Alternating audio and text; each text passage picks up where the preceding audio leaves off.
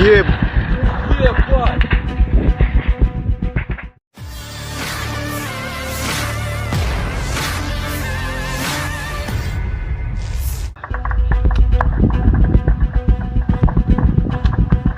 Еб...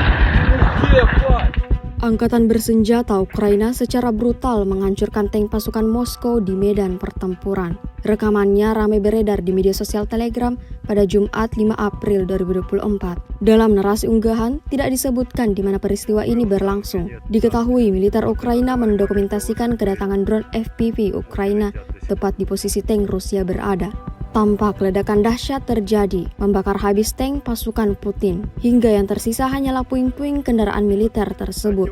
Sejak video ini beredar, belum ada tanggapan resmi dari pihak Kementerian Pertahanan Ukraina.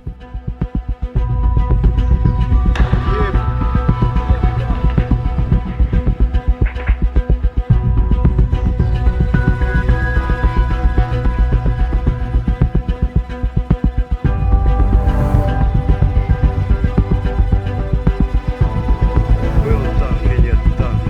Вот эта тварь маленькая, вот что творит. Вот и летят до сих пор.